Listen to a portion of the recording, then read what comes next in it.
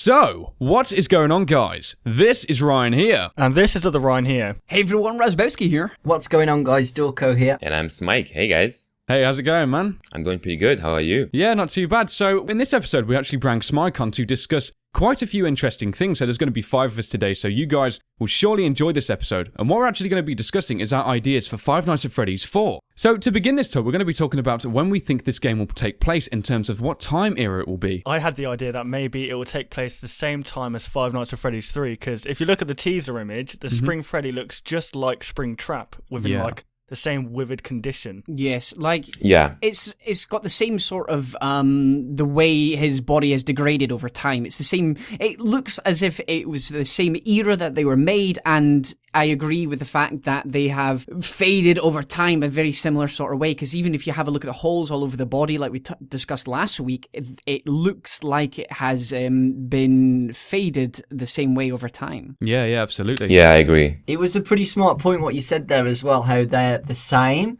And I've just realised as well that Five Nights at Freddy's 3 is a horror attraction. So are you trying to say that there was another horror attraction somewhere else at the same time period? Because this new Freddy thing, like we discussed last week, it's been changed, literally changed. It's got sharp nails. It looks really horrifying especially with the Freddy's coming out of its body as well. So maybe this was used for the horror attraction somewhere else. Right, yeah. Definitely. And if you remember back to the very first call of Five Nights at Freddy's 3, the phone dude actually says, "Welcome back again," or something along those lines. He hints that you've been there before, that we don't see in the game. So perhaps you have already seen this animatronic, or maybe you were working at a similar location somewhere else. Well, you know what I think? I think it's maybe possible that this is maybe Golden Freddy. Is that possible? Yeah, it could be. Yeah. There were 2 suits originally, you know? There was Springtrap and a Golden Freddy, potentially. I mean, when we looked at this image, we've all kind of discussed the fact that there's kind of this red light which seems to be purging over the actual suit's colour. And that could mean that it's some kind of, a shiny colour, and the reflections and refractions being cast off of it. It's giving the illusion that it's this deeper red colour. So we don't actually know the exact colour of this suit just yet. Yeah. I'm sure I saw a picture on Reddit somewhere that somebody had taken away the red hue, and it was very similar to Springtrap's colour. You know how he's that sort of greeny yellow? Yeah. Yeah. If you fade out the reds, I've done that in a picture, you fade down the reds and it looks just like the same kind of colour as Springtrap is. But Yeah, that's going interesting. On,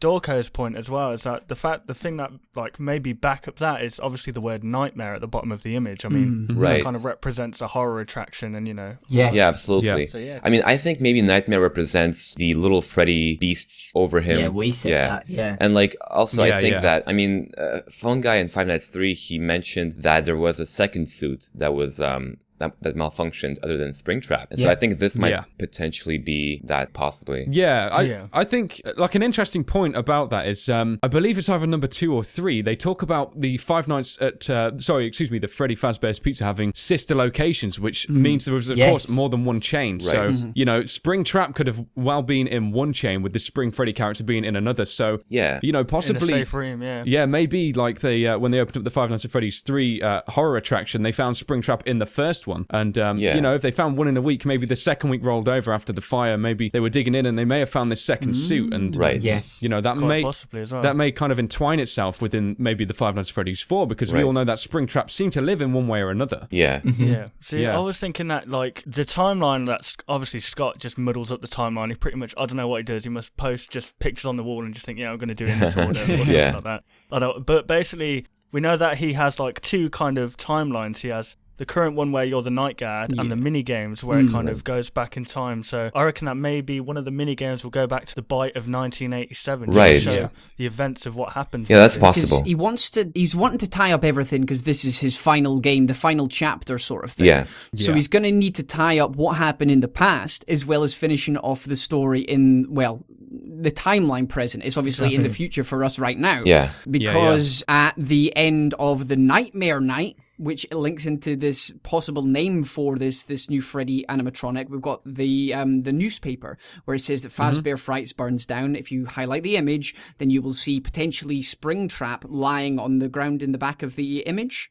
behind the toy Freddy. So it kind of looks like something else is going to happen after Fazbear Frights. Yes. Yeah. So maybe the whole game game, as you were saying, is based around this auction or whatever happens to the remaining articles, and then in the mini games it goes back to 1987, solves everything there. Yeah. So he gets to solve two timelines at the same time in the final game, which is just going to be fantastic. I mean, we kind of spoke about this whole idea of a metaphor as well for the nightmare. When you beat it, of course, you get the newspaper, and it's almost like, you know, Springtrap's focused on the Freddy, and now all of a sudden we've got this explosion, and this whole new Freddy character's come to light. So, yeah, it's kind of like a representation of what's going to happen, possibly a representation of what might be coming in the next game, and kind of just hinting that Freddy is going to play a massive role in Five Nights at Freddy's 4. Yeah, absolutely. I mean, already you can see also the hat, you know, it has like some wires hanging out of it, and so like this is obviously an animatronic, not just a suit, but I think this could also very well be that second suit. And also the thing is, like you said, you mentioned the sister location. I don't know if you guys know about this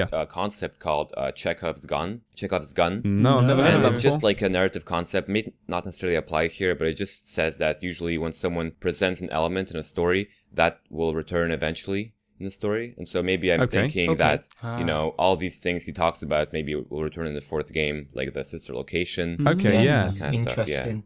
That's interesting. Nice. I think another thing I'm really intrigued with as well with this animatronic is, you know, usually when the animatronics seem to come into operation, they always seem to have some kind of glowy hue coming from the eyes. But in this image, it's, you know, the eyes are absolutely, they're so black, you can't see a thing in there. Like, usually we have the distinctive whites if we know someone's inside of them. Or True. Usually if the puppet seems to be manipulating them, this one's a speculation. In my opinion, the eyes seem to turn white definitely when the puppet seems to be manipulating them and creating a more paranormal element, which is tying into the suits. But there's nothing here, yet we can see there's definitely some characteristics, the way he's holding the hat, focusing on wherever this camera was positioned at. So he's meant to look alive. Yeah, definitely. Yeah, kind of like a Freddy Krueger type of killer or something. Yeah. With the hands. Almost, yeah. Yeah, I saw loads of things about Freddy Krueger on Reddit and stuff.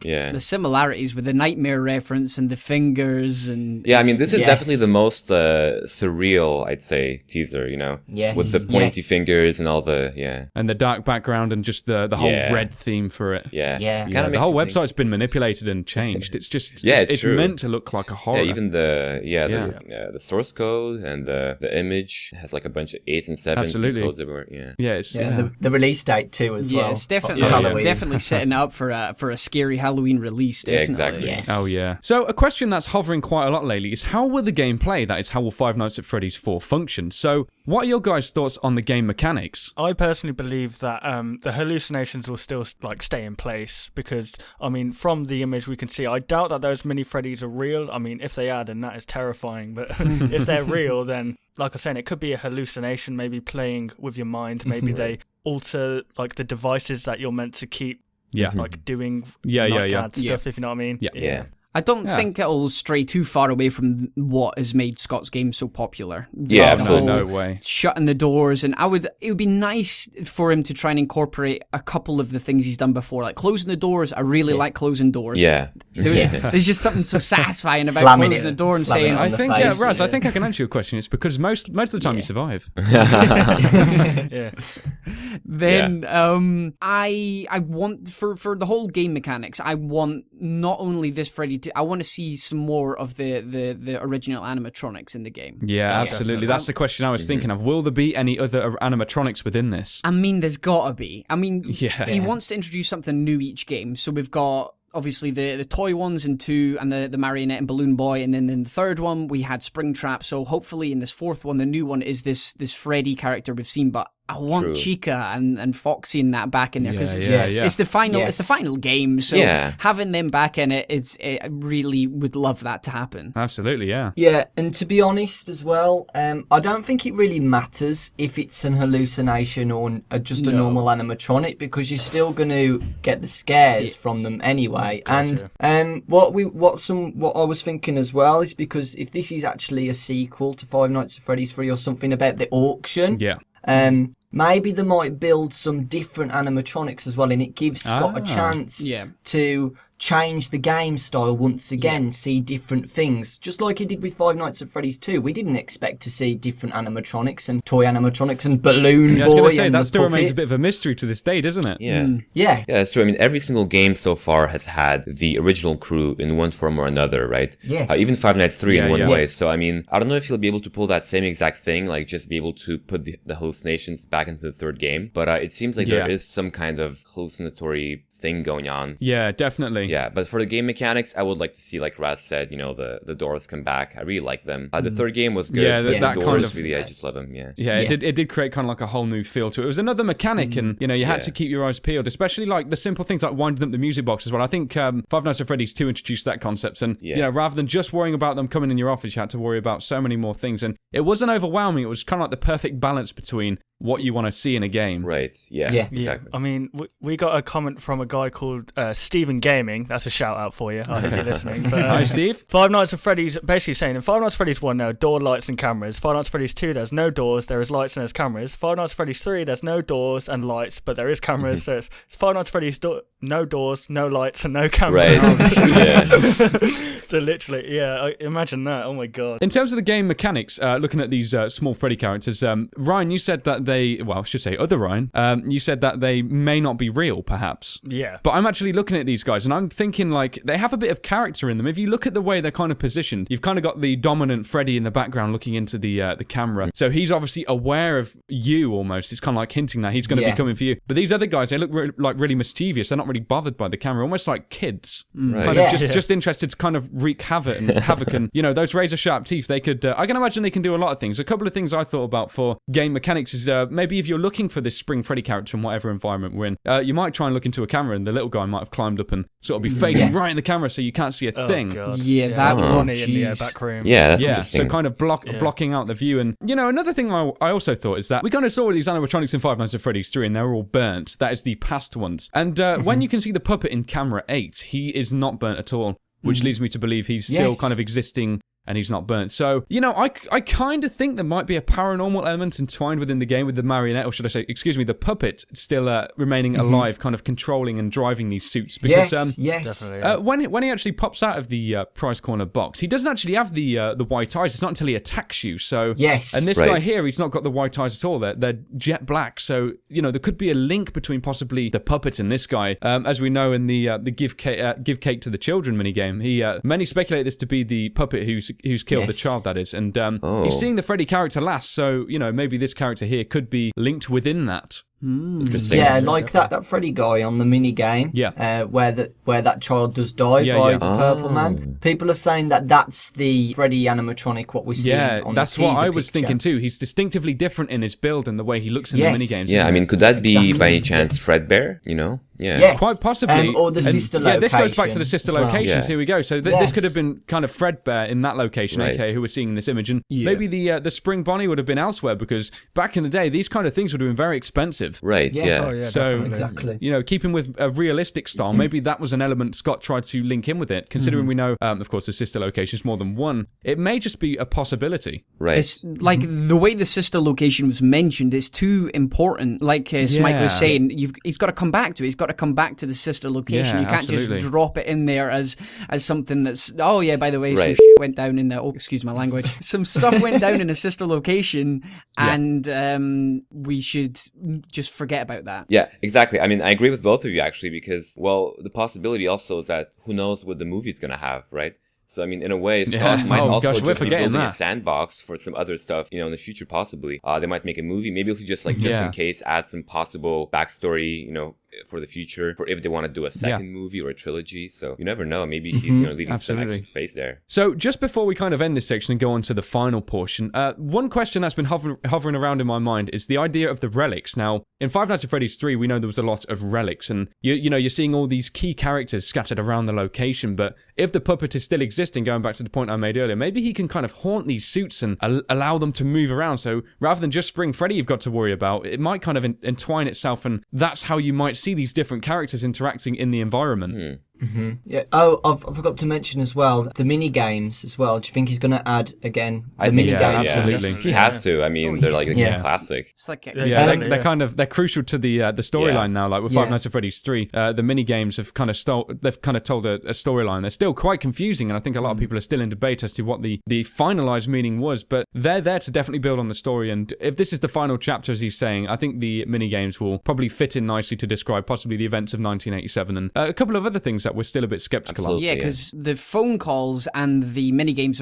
are Scott's device in telling the story. Because obviously shutting doors and putting a mask on is not really telling any story. That's just there's only so long the phone guy can talk for every night, isn't there, to give information. So having these minigames, it really does kind of build on the story a heck of a lot. I was just gonna say, also from a game development standpoint, they make sense because Scott is making these games, solo by himself. It's like they're pretty easy to make, and he also has like games he made before. So from like a resourcefulness standpoint, it makes it more, it's like I think that's where it came from. Actually, it's just an easy way to like portray some backstory.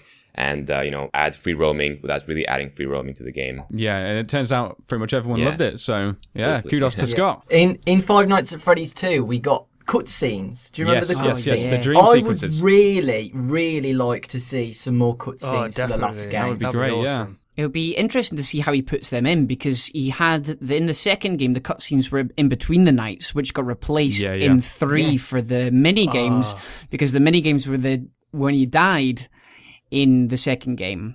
So they were originally meant to be a secret Easter egg type thing rather than being a prominent thing. Yeah, I was just thinking that maybe what if the cutscenes are like what happened after the fire? Maybe like you can see that would be good. You can see like Springtrap lying there on the floor, kind of like blinking, and maybe puppets there in the doorway, like looking at him, and then it ends and night one. That's a cool concept. I like that one. Yeah, that'd be interesting to see. Yeah, definitely. I agree. So if you want to put that in, Scott, you know what to do. Yeah, I mean, Five Nights 2 had cutscenes. Why not Five Nights 4? We know it's a possibility. Yeah, exactly. Yeah. And to finalize this podcast, how do you guys think the whole franchise of Five Nights at Freddy's will end? I believe that hopefully, I'm trying to think how this will end now, actually, because the purple guy's been killed, but there's rumored to be 2 purple guys, isn't there? Yes. Like maybe I don't know. I'm thinking that maybe I don't know where the location will be based. I was hoping maybe a museum, as that would be pretty awesome, and maybe they get investigated for something of murders or something. But it would be awesome to see like I don't know, the purple guy in the establishment as you're playing, if you know what I mean. Yeah, absolutely. Yeah, maybe like in a corner, kind of secluded, so you'd at least know he's in the environment. Because well, from the games now, we know that he's always kind of been in the environments with you, hasn't he? Yeah. Yes. So it's just kind of leaving questions. There's a lot that we still don't know, but so this new game is going to have Scott's going to have to put a lot of information in it, so maybe this is why he's given himself so much time to make the game, because the time in between the second and third was next to nothing. There really wasn't too much of a gap between the first and the second either. So, which is good, because it will give him a lot more time to build the story and really finalize it. Yeah, and make it because if it's going to be told over 6 nights again, he can really tighten it up, and maybe in between the nights the mini games can be larger, or as we were talking before, maybe there'll be a mini game, and if you do something right in the mini game, then maybe you'll get a cutscene. Right. Yeah. Because you know how you went and collected give the cakes to the kids in the third game. Yes. Maybe if you did a similar thing, you got the secret would be a cutscene where you got to see some sort of aspect. Maybe it was actually see the purple guy in action. Yes. Not physically, obviously not physically stabbing someone. Right. But somewhere, some sort of line solving what the purple guy is up to. Maybe his motivation behind things. Maybe seeing what happens to Springtrap and the puppet after the fire. He could jump about. He could jump about in timelines quite easily if he does it like that, and it'd be a nice way to solve and round off the whole story. Well, there was actually a really big point that I kind of want to stress in this, because this is where the storyline doesn't make too much sense, and it goes back to a video me and Other Ryan produced a while ago talking about why there will never be a good ending. And I think a lot of people didn't really understand the message we were kind of trying to derive to you guys through that. Basically, in the throughout the minigames in Five Nights at Freddy's 3, we're constantly working to kind of free this one child, and in the Happiest Day minigame, we play as the marionette, and we seem to free this child by giving him the cake, and we watch all the masks drop, and last but not least, the marionette mask seems to drop. Now, a lot of people are speculating that this took place before Five Nights at Freddy's 3, possibly between 1 and 3. Now, this wouldn't actually make a whole lot of sense, considering going back to Camo 8, we can see the marionette still in its kind of physical form. So this is going back to the point of, was the bad ending meant to be the real ending we got? So the souls are still trapped. And I think that would make a whole lot more sense because, if so, why are we seeing the puppet's soul still if he's already freed? That's perfect. Yeah, that's what me and Raz spoke about that before. Yeah. And it's because how complicated to get the good ending is, and you have to click walls and click on posts on the cameras. We were saying that it's too surreal to be real, you know? Right. Yeah, and without the internet, especially for this one, there's no way you'd find out these sort of things on the wall, especially the wall panel thing. It's so unclear. I mean, you expect to beat a game, this is something I stated, when you beat a game, you expect to be rewarded with a good ending, of course. Right. And I mean, you play the game how it was intended to be played the first time. You're not supposed to know all this stuff. And instantly you're rewarded with the bad ending, and you really have to work for this alternate ending. So it's almost like you were supposed to get the bad ending, which will then possibly lead on to the next point. Yeah. It is because what me and Doc were talking about, if you say you were taking this on face value and you were playing the game, I could understand if you got a good ending by doing something different, like saying picking up a knife and stabbing the purple man. So obviously he couldn't go around killing the children, which would turn into a good ending. But because you're having to glitch through walls, it's too, obviously this game is fantasy, so take this... It's surreal, isn't it? It's too fantastical to see jumping through a wall and giving cake, and the only way to give cake to people is by grabbing balloons in Balloon Boys game and then using Mangle to go and find a cake, and then using the rest of the mini games to give cake. It's just, and it would make more sense, and it would be a more satisfying ending to the game if it was a bad ending, because the children, it would lead on. No matter what happened, like the children are dead, that's already sad, and it's already a bad thing. And I think the good ending, it was something Scott just added in there for replayability, for just extra enjoyment. Sure, and if we take the mini games literally as events that actually happened, how could the Mangle glitch out of the wall, and go underground, fall into a crying puppet pit, with a tree and some Balloon Boys, and the Balloon Boy graveyard and things like that. It's very symbolical, superstitious, and very. And with the bad ending as well, me and Raz were saying this again. With the bad ending, you get the lights inside the heads, and that's exactly the same as how they are set in the attraction. The horror attraction, they have lights inside their heads. So. Even the image for the horror attraction, when it says it's opening, the lights are straight on in Freddy's head. Yes, exactly. Right. Yeah. Exactly. Well, I think what we all like to see is the demise of this killer, in honesty. Yes. Maybe we'd like to see, night 5, we get a phone call saying, we caught a guy trying to lead another, trying to kill someone or something, an employee or something like that, and he's now in our custody. I'd like to see it like he actually gets caught and arrested, but maybe ended on a little twist as well. I don't know, obviously there's not going to be any more, but just on a way where you can still question what happened, if you know what I mean. Yeah. As long as the story is left us feeling satisfied and with a little bit of mystery, I think everybody will be happy. It doesn't need to be completely 100% solved. I think solving the Bite of 87 is a must. Finding out who the purple guy is a must. And for overall, I don't mind if it's a sad ending, if it's a happy ending, as long as we are left satisfied with a cheeky little bit of mystery in there. Personally, ultimately, what I'd like to see most of all is in the 4th game, just some kind of a super cool Easter egg hunt. Kind of like in Five Nights 3, some secret stuff. I mean, Scott is just really good at putting secret stuff in the game, these death screens that have a 0.01% chance of happening, that kind of stuff. And I really love that. I think that's what Scott, he's really, really good hyping us with some secret Easter egg hunts. I just want to see more of that, really, to be honest. Yeah, I think the issue with Five Nights at Freddy's 3 was that you could always experience these things. If you knew how to do it, you were going to get it. Yes. But, there's no way you can force one of the Easter egg mini games to occur. I think one of the good things that we can all think about in this is the fact that Scott's given himself a heck of a lot more time to perfect this game. So I think there's going to be so much entwined within it. I really do. Yeah. It's going to satisfy just about every form of gameplayer who enjoyed the Five Nights at Freddy's franchise. Yeah, definitely. Yeah. What Ryan said as well, I found that really cool. A really cool idea about the phone calls telling more of the story about an investigation. Right. Yeah. I'd really like it if Phone Guy was back and he said, "Oh, there's an investigation investigation going on. For example, we found a guy called Mike Schmidt or something like that to reveal us. I'd love to see that. Yeah. Absolutely, yeah. There's so many questions left. I mean, I could go through a whole list on an A4 piece of paper, make it A3, and I'd still be going. Yeah, but I still think that Scott's gonna leave like at least a few loose ends, because that's where the theories really come in. It's always so fun to theorize, even if sometimes it's like not every theory is gonna end up true, but that's kind of the fun of it.